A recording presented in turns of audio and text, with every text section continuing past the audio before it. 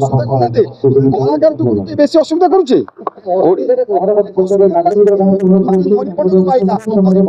ଦେଖିଛି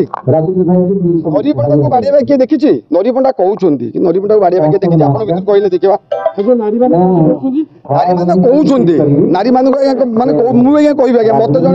ଆଜ୍ଞା ଜଣେ ମୋ ପ୍ୟାଣ୍ଟ ଖୋଲି ସାଇଡ୍ କରିଦେଲା ଆପଣ କଣ ଦେଖିଛନ୍ତି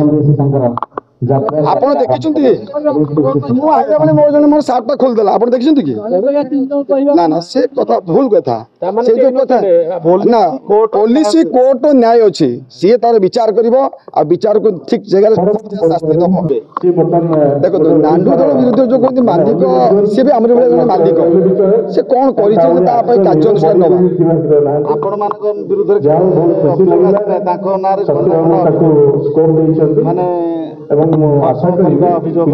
ପଇସା ନ ଦେବା ଅଭିଯୋଗ ମାଡ଼ ମାରିବା ଅଭିଯୋଗ ମାନେ କାଷ୍ଟିଂ କରିବା ଅଭିଯୋଗ ଏଭଳି ଅଭିଯୋଗ ଜଘନ୍ୟ ଅଭିଯୋଗ ଆସିଛି ଆପଣ ମାଲିକ ତାଙ୍କୁ ଘଣ୍ଟ ଘୋଡ଼େଇବା କଥା ନୁହଁ ସମୟ ଆସିଲେ ସେ ଘଣ୍ଟ ବି ଟେକା ହବ କାହିଁକିନା କେତେ କେତେ ଘଣ୍ଟ ଟେକା ହେଇକି ରଥ ଆଗରେ ବାଜି ବାଜି ଯାଇଛି ସିଏ କଣ ଏମିତି କେମିତି ଘଣ୍ଟ ହେଇଗଲା ଯେ ତାକୁ ଘୋଡ଼ା ତାହା ନୁହଁ ଏବଂ ପ୍ରକୃତ ସତ୍ୟାସତ୍ୟ ଆମେ କିଛି ପାଉନାହୁଁ କାହିଁକି ମାନେ ପୋଲିସ କହୁଛି ଆମେ ତଦନ୍ତ କରୁଛୁ ଏବଂ କଳାକାର ଏବଂ ମାଲିକ ଭିତରେ ଭିଡ଼ାଭିଡ଼ି ଚାଲିଛି କେତେବେଳେ ତାର ପ୍ରଚ୍ଛଦ କରୁଛି ଏବଂ ଯଦି ପ୍ରକୃତରେ ସତ୍ୟାସତ୍ୟ ଧରା ପଡ଼ିବ ସେ ଘଣ୍ଟ ହଉ କି ଘଣ୍ଟୁଆ ହଉ ଉଭୟକୁ ଆଜ୍ଞା ବିଦା କରିଦେବୁ କାହିଁକିନା ଏଇଟା ଆମ ଯାତ୍ରା ମାଲିକମାନଙ୍କ ପାଇଁ ନିଷ୍ପତ୍ତି ହେଇଛି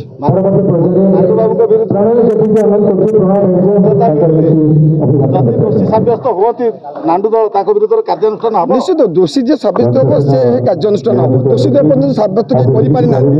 ସେ ଦୋଷୀ ହେବେ କେମିତି କାରଣ କିଏ ସତ୍ୟ କହୁଛି ଆପଣମାନେ ତାକୁ ପରୀକ୍ଷା କରି ଦେଖିବାକୁ ଜାଣିପାରୁନାହାନ୍ତି ଏଇଟା ଖାଲି ଗୋଟିଏ ପ୍ରଯୋଜକ ନାଁରେ ଭାବୁଛି ଆଉ କିଛି ନାହାନ୍ତି ଖାଲି ନାଣ୍ଡୁ ଦଳ କାରଣ ଗୋଟେ ତାର ଯୋଉ ଅସୁବିଧା ପଡ଼ିଛି ଏବଂ ତାକୁ ସମସ୍ତେ ତାକୁ ହିଁ ତାର ଅସୁବିଧାଟାକୁ ଇଏ କରୁଛନ୍ତି କିନ୍ତୁ ଆଉ କ'ଣ କେହି ଅସୁବିଧା କରୁନାହାନ୍ତି କଳାକାର କିଏ ବେଶୀ ଅସୁବିଧା କରୁଛି ନରିପଣ୍ଡାକୁ ପାଇଲା ନରିପଣ୍ଡାକୁ ଦେଖିଛି ନରିପଣ୍ଡାକୁ ବାଡିଆ କିଏ ଦେଖିଛି ନରିପଣ୍ଡା କହୁଛନ୍ତି କି ନରିପଣ୍ଡାକୁ ବାଡିଆ କିଏ ଦେଖିଛି ଆପଣ ଭିତରୁ କହିଲେ ଦେଖିବା ନାରୀ ମାନେ କହୁଛନ୍ତି ନାରୀ ମାନଙ୍କୁ ଆଜ୍ଞା ମାନେ ମୁଁ ଆଜ୍ଞା କହିବି ଆଜ୍ଞା ମତେ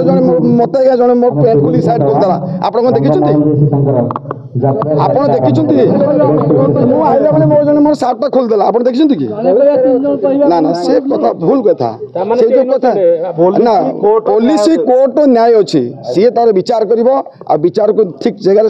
ଶାସ୍ତି ଦବ ଆମେ ଖାଲି ଅନ୍ୟଶ୍ରୀ ତା ଭିତରେ ଆଲୋଚନା କରି ଟାଇମ ନଷ୍ଟ କରୁଛୁ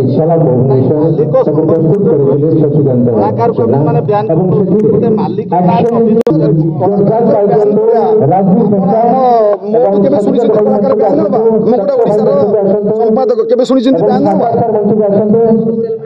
କିନ୍ତୁ ଆପଣ କିଛି ମୁହଁ ଖୋଲୁନାହାନ୍ତି ଆପଣଙ୍କ ସଂଘ ମୁହଁ ଖୋଲୁନାହାନ୍ତି ତାମାନେ ଘଣ୍ଟ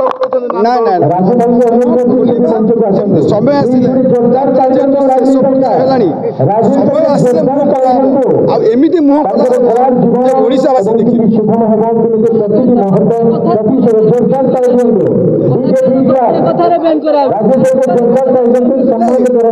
ନାଣ୍ଡୁ ଭାଇ ଜଣେ ପ୍ରଯୋଜକ